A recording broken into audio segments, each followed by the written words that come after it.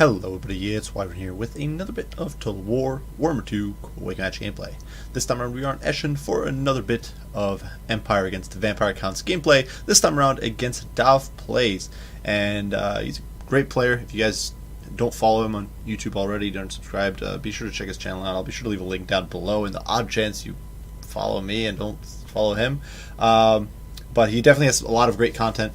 This was a match I was actually kind of excited about because there had been some discussion recently about Vampire Counts versus Empire, and I actually did a video on it just recently, and figured why not? This could be a fun little test.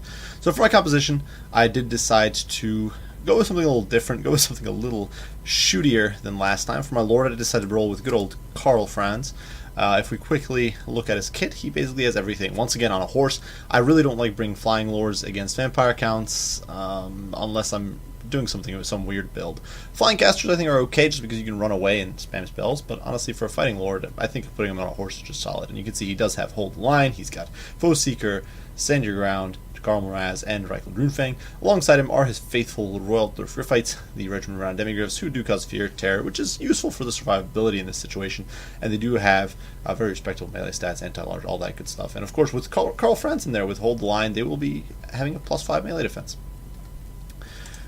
For his heroic support squad, we do have a Jade Wizard with Earthblood and Awakening of the Wood, figuring that Awakening of the Wood could be decent if my opponent decided to roll with some ethereal units or things like that. It might get some use out of Awakening of the Wood, otherwise to clear up chaff, it could be decent. In retrospect, with 2 Outriders with grenade launchers, probably not the smartest idea, but whatever. I also figure the slow could be useful if I need to escape, because I brought a lot of skirmish cav.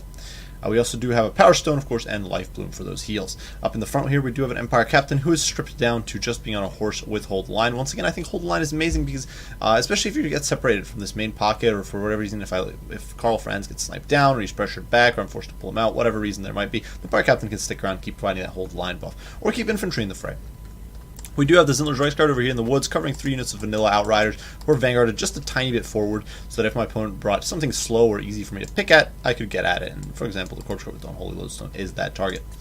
For the front line, it is a quartet of spearmen, all of them on 3 chevrons, except one that had 4. These guys, honestly, with the chevrons, are basically like almost like spearmen with shields. They're just cheaper by a little bit. And so that's nice, in my opinion. And they do have a slightly better melee attack, I do believe. So I think it balances out a little better. You get more leadership as well, which I think is more valuable against the vampire counts than having, obviously, well, shields are useless, but just that tiny bit more melee defense, I just don't think is that worthwhile. They are backed by the Sigmar Suns, who of course are unbreakable and are an amazing anchor unit. 2 Outriders with grenade launchers, as we discussed before, are there to provide some splash to clear up chaff, because really this build doesn't have too much chaff clearance. And my opponent here, Dav, actually rolled with quite a wide front. You can see how it numbers me almost 2 to 1. Front line composed of 5 units of zombies to tithe, and then 3 units of spearmen. And in fact, these units have roughly the same cost as my front line. Our 2 front lines are basically evenly matched for crappiness. They're both about 2k gold apiece, I think, investment-wise. But Dav, of course, does have the Corpse Guard with Unholy Lodestone, which is providing some AoE heals and melee attack and melee defense. For his main killing power, he does have 2 units of Blood Knights, one of which is hidden here in the woods, and I couldn't see them. 2 black coaches, so definitely a little bit of memery going on here, but these guys can do a significant number on Empire backlines, especially with their Fear Terror, and they'll gut great swords really efficiently. And then in this guy, he does have a Vampire of Shadows backed by Bats on one end. The Vampire of Shadows does not actually have any spells, she's simply got her heal. And then on the other end, we do have a Von Karstein Vampire Lord, who does have actually quite a bit of kit. He's got Undeath Resurgent, he's got Storm of the Night, which is going to be completely useless here because I don't have any flyers. Sword of Anti-Heroes, of course, for that boosts stats, Charmed Shield for survivability, Raised Dead, Van Hels's Dance Macabre, and Invocation of the Heck. Unfortunately, while very respectable in melee, the Karstein Lord does not have particularly great magic, wins some magic generation, so we'll definitely see how that works out in this situation. Regardless, I am kind of forced to back off. I did get a little bit of a volley off into the Corpse Guard, but it's going to heal that up right quick, and I'm not really able to get huge value out of my Outriders here. They fire a few grenades here and there. I actually think they might have hit the Vampire of Shadows there up in the sky, which is kind of amusing, but they're just not really able to do all that much. And in the meantime, Dav is kind of flying over my head with these annoying bats. But we're going to unload onto his Vampire of Shadows, who promptly props Immortal Will, which gives her a huge chunk of healing. She can't pop it, I think, if her leadership is broken, but obviously that's not particularly relevant in this situation. So regardless, Dav is now engaging. You can see he's dropping the bats to engage the front line. In the meantime, because we've both gone rather wide and cheap, this front line is going to be a bit of a contest of garbage. You can see the Spearmen, of course, gutting the Tithe. The Spearmen are winning pretty decisively over there. Unfortunately, over here, the Spearmen are going to get wrapped up by these zombies, but they are positioned well enough to where my opponent's going to have to walk a very long way to get around. In the meantime, although these bats are coming down, doing a number of my Outriders, we are going to be able to unload some nasty volleys on the Von Karstein Lord, forcing him to reconsider his life decisions and perhaps back off. Well, over here, that Empire Captain, using him as that single model entity to block up these Blood Knights, prevent them from getting a nice meaty charge onto the backs of my Zindler's Reichsguard and my Demigriff Knights with halberds, and now they are stuck in a miserable fight that they really don't want to be in. You can see we are popping all of our buffs here with Karl Franz. In return, Van Hel's Nance Macabre has gone down, but that's really not going to compensate for just how much buffage is going down. Karl Franz clocking this Vampire of Shadows over the head. So she's losing like 500 HP of pop there, and she is definitely being forced to back the hell away, and barely scraping out of there alive, and we do pop a heal. Now, actually, I focused her very aggressively here, and that was a bit of a misplay, because honestly, she didn't have any magic, and I didn't check this when the match began. I should have checked that immediately, but I just assumed that he brought the Vampire of Shadows from Melkoth's Miasma, Feebling Foe, and so I was focusing her down pretty aggressively, which was kind of unnecessary. Over here, though, you can see the Spearmen, despite being rear charged by the Chariot, have actually managed to sort of stabilize. They're sticking around. They're holding their own, racking up those kills, not really taking too much damage, and certainly doing their country proud. Over here, an Awakening of the Wood is going to go down, doing a tiny bit of damage on the Blood Knights, tiny bit of damage on the zombies, but due to a bit of a disrupted charge, the Blood Knights aren't really able to get full value against the Zindler's Reichsguard, and elsewhere, with the supporting fire from these Outriders, the Blood Knights are starting to fall apart. You can see one unit went down there. These Fellbats over here, not in the fight they want to be in, against the Royal of Griffites and the Empire Captains, just not where they want to be in life. And the Outriders, while they are forced off, they're going to be able to rally. They're obviously not really threatened seriously by these zombies, so they're just going to be able to sort of kite away and avoid these bad engagements. Unfortunately, the Vampire of Shadows is going to dive in here on my Jade Wizard, clock him a few times, and this is absolutely brutal. You can see how fast the Jade Wizard there loses HP. I pop Power Stone to start a run. I actually popped Earth Blood to keep myself healed up.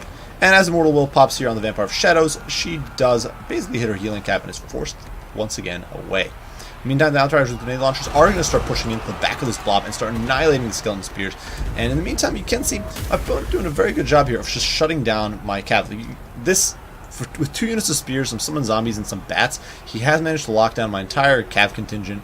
Karl Franz manages to scrape out, but really he can't really afford to be out here. And now the breaks are starting to happen with some good micro on the black coaches, with some good usage of the Karstein Lord, who of course I wasn't able to really deal with the Blood Knights just leaving this main pit fight. Dav's been able to wrap up these Spearmen, force them off. You can see they're now in full retreat, running away from these zombies, who of course they'll be able to outrun, but nonetheless they're in full retreat, which is just not good for me. Elsewhere in the meantime, the Outriders are being forced to move repeatedly by these zombies, and actually a nice little summon here, catching the Outriders as they're trying to pull away. The zombies seem to be like really sticky units. They're very difficult to extricate yourself from, which is really odd. I don't really know why, but regardless, the Outriders are struggling a bit. But the grenade launchers doing their work, doing the Emperor proud, crushing these Spearmen. And in the meantime, we did win on this flank here, on the left flank where the Blood Knights died. We are going to be able to push in slowly but surely with our spears and start stabilizing this flank. And now our cav is here in this pocket. The black coaches just don't have the targets in this matchup because they're not really able to effectively counter my Outriders. They're not really a serious threat to cavalry. They're a serious threat to infantry, but I just didn't bring much infantry in this matchup. And so you can see this poor black coach here just getting pounded by focus fire from the Outriders, though he's able to make it into CQC and take, I think, a model or two out there. He's definitely being a nuisance. But you can see the Outriders, they're getting pounded by their own friendly fire. But I actually ordered these Outriders over here to get into close quarters, jump into melee against this black coach, try to bog it down, prevent it from chasing the handguns, because they are much more important than the grenade launchers. The grenade launchers at this point have basically run out of targets. There's a few zombies still around to kick in, but most of them are disintegrating. Most of them are not too valuable. Over here, a bit of a, I think, misplay. My opponent trying to pursue the Jade Wizard. At this point, I was actually basically out of Winds of Magic. So the Jade Wizard, I think, I don't even think he had one more spell in it. He just got, I think, his last Earthblood off, and he was out of Winds of Magic. So right here, this Jade Wizard running away. I was basically just trying to keep this chase going, trying to get these Blood Knights away, while I can mop up this little pocket here in peace, and then perhaps go pick off these black coaches that were heckling my poor Outriders. So you can see I have taken a bit of a pounding. There's definitely been some good work from these black coaches, racking up some kills there. The Outriders with the grenade launchers, they're probably doing more harm than good as they're running away, but However, your Carl is going to be able to intercept these Blood Knights. He clocks them over the head. Carl is just a beast. He's definitely not to be underestimated. Now the Royal of Gryphites also pulling out and getting into this engagement. I do believe they're actually somewhere else on the display panel. Oh no, there they are. They've still got 17 models, so a very respectable number, and Blood Knight's only 20. So while certainly these zombies are going to interdict here, it's just starting to grind down into the final stages. So you can see these zombies beginning to crumble. The black coaches simply getting isolated, getting picked apart by Zintler's Rice Card. At this point, Dav is forced to GG out of the game. So I think this is a pretty fun build with Empire. I actually had a lot more fun with this than I did with the more conservative, I would say, Greatsword build. I think in some ways it might also be better than that build, just because you get more. The leadership on the spears and the melee defense means that they're fairly survivable, and you get more width. So you're able to prevent those situations where oftentimes if your opponent just goes a little wider than you, he's going to be able to get some decent infantry support like skeleton spears into the cav fight, which is really not what you want happening. And from that perspective, having this slightly more width I think is very valuable. Otherwise, the Outriders, it obviously doesn't show in their kill counts, but they did some valuable work. They managed to pick apart the Blood Knights a decent amount. They did a huge number on the Vampire of Shadows. They were a constant threat that sort of forced Dav to continuously be trying to shut them down with zombie summons and stuff like that. And of course, they can always extricate themselves. Even if you get a perfect zombie summon on them, they will get away with most of their models intact. The Outriders grenade launcher is doing some great work, just clearing away chaff and freeing up my cav towards the mid game, which is just very, very invaluable. As for the rest of the build, these spears just did nuts. The 105, 142 kills, they're just crazy. Sigmar's Sons, of course, holding very, very well. Well, they're against chaff, so it's kind of what you'd expect them to do, but still, it's very solid performance, and you can see they actually didn't lose all that much, HP or model-wise. The Jade Wizard, great value, I think, in this situation. Empire Captain, 38 kills. Obviously, not all that against the most impressive units, but he did manage to break up the Blood Knight charge, which is crazy good. He was able to bounce around and support different hot spots that Carl couldn't necessarily support. And yeah, the Rice Guard and Royal Altar of Gryphites, they just grounded out really nicely in that center pocket. And I really do like the synergy of Empire Heavy Cav with Outriders, because one of the things with Empire Heavy Cav you'll often suffer is that your opponent will be able to they'll be able to support their Cav with chaff.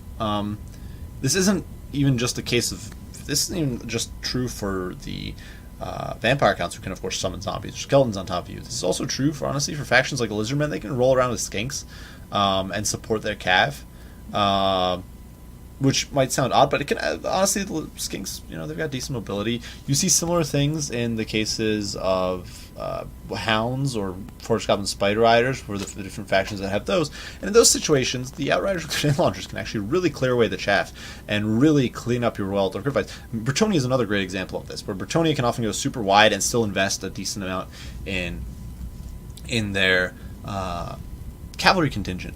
So you might often find yourself in a situation where there's like peasant spears backing up these annoying Grail Knights, and what are you supposed to do in that situation? Well, bore the hell out of them with Outriders. So, very valuable unit. And as for Dahvplays Army, I do think he was memeing a little bit with the double Black Coach build. And unfortunately, in this situation where I just didn't bring any targets for it, really, it didn't work out.